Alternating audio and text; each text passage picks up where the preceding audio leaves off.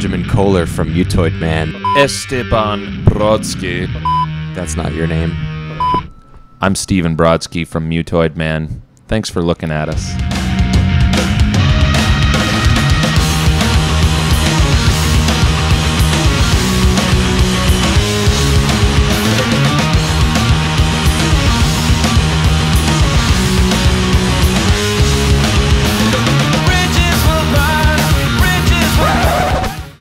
Psychedelic mushrooms and writing music. I think that's a cool idea.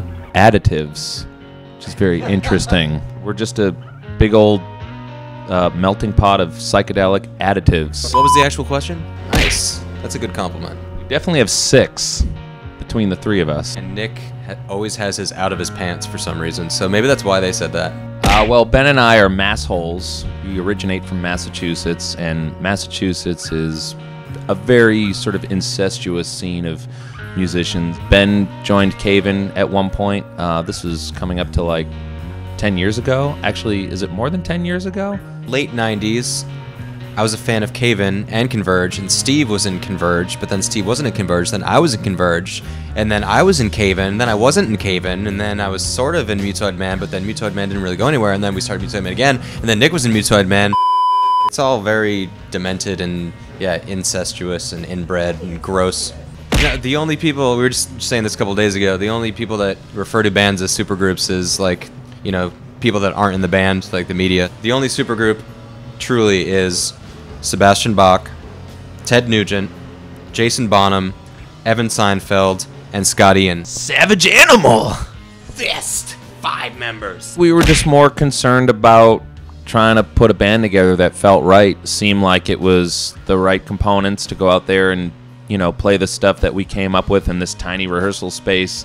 It's the size of a closet. We didn't really create the momentum for the band. It just sort of took off on its own, and we just rode the wave. You know, we didn't really have an intention to be like, all right, let's start this band, and then we're going to take over the world, we're going to go everywhere. And we just did, you know, played some riffs in a room, and it started to get some momentum, so we just, you know, went for the ride. I feel pretty stoked that people were continuing to be interested in checking out the full band instead of just Ben and I. New York was especially fun because we did the Irving Plaza show, and then we packed up all our stuff and hustled over to St. Vitus to do a second late night show. And, you know, it felt pretty psychedelic to be running through our set again at like 2 in the morning after having played earlier that night. Playing in New York City is always pretty great and magical, and, you know, Dillinger Escape Plan's a really great live band. We were in really good hands getting to tour with and play with a Sargent House band, No Spill Blood. I guess like London, just being in London is usually the highlight of the UK. Cool architecture, and, you know, it's an old city, and I'm from Boston originally, so there's a lot of similarities. It kind of feels like home here. I kind of like the confusion element of, you know, not knowing which way to look when you're crossing a street. Every crosswalk is a near-death experience. I love that. Mutoid 3.0 will include 3 times as much Dobus, 3 times as many riffs, noodles, squiddly-doos, squiddly-dees. A couple of take-a-dumps, maybe a bucket of fish. Fancy a packet of crisps, mate. That's how we're going to write our riffs from now on. We're going to twist, you know, our favorite phrases and terms and map them out. That's another packet of crisps. You know, that's the best thing about the UK, is the riff inspiration from crisps.